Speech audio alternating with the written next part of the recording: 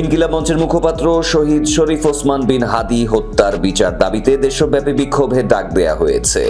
শুক্রবার জুমার নামাজের পরে এই কর্মসূচি পালন করা হবে। একই সঙ্গে দোয়া মোনাজাত করা হবে। বৃহস্পতিবার 25শে ডিসেম্বর রাতে ইনকিলাব মঞ্চ ও ওসমান হাদির অফিসিয়াল ফেসবুক পেজে দেয়া পোস্টে এই কর্মসূচি ঘোষণা করা হয়।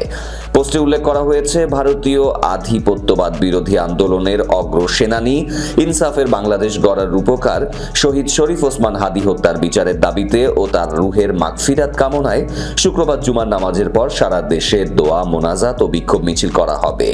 গত 12 ডিসেম্বর দুপুরে জুমার নামাজের পর গণসংযোগ শেষে ফেরার পথে রাজধানীর বিজয়নগরে বক্স কালভার্ট সড়কে চলন্ত রিকশায় থাকা ওসমান হাদিকে গুলি করে সন্ত্রাসীরা।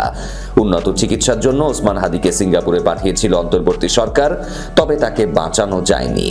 গত 18 ডিসেম্বর সিঙ্গাপুরে চিকিৎসাধীন অবস্থায় তার মৃত্যু হয়।